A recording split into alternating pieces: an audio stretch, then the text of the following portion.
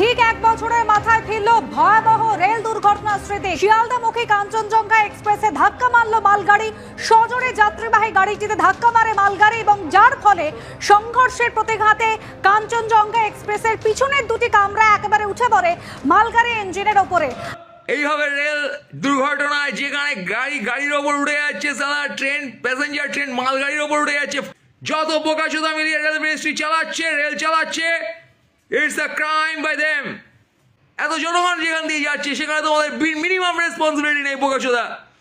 তোমরা line check করছো না, রক্ষা কবচ লাগাচ্ছ না, কি বাড়া কবচ টেকনোলজি তোমরা ইউজ করছো না, সব টেকনোলজি তোমরা গাড়ি ঢুকিয়েছো ভিআইপির।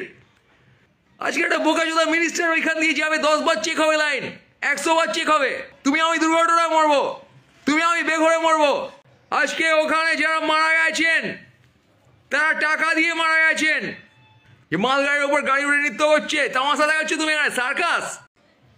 আয়ত্তের মধ্যে যখন কিছু থাকে তখন সেটা কি দুর্ঘটনা? সেটা ক্রাইম। রেল লাইনে ফেলে পোদলা দিয়ে হত্যা সব কটায় ধরে,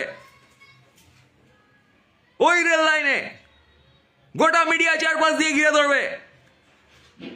ওই মৃতদেহের মানুষগুলো, তার ফ্যামিলির লোক, তারা তোমাদের পদে একটা করে লাথি মেরে যাবে সপাটে, বুঝেছো? মানুষের প্রাণ নিয়ে তুমি ফাজলাম হচ্ছ, কুত্তাম হচ্ছে, সিটিজেনের পয়সা নিয়ে সিটিজেনকে মারা হচ্ছে, সেখানে ফাজলাম হচ্ছে। তোমার সেফটি দেওয়ার ক্ষমতা নেই, তুমি প্রমিস করছো, তারপর তুমি তাকে টাকা নিচ্ছ তার কাছ থেকে, তারপর তুমি প্ল্যান হয়ে মারছো তাকে। পিপুলের ভোট নেবে তোমরা, পিপুলের ট্যাক্স মানি নেবে, তাই নিয়ে তোমরা বসে বসে রেল বানাবে, খেল বানাবে যত রকমের। কমনারের হাতে বাইরে রেলকে নিয়ে যাওয়াটাও ক্রাইম। কমনারের পয়সা নিয়ে তাকে রেলের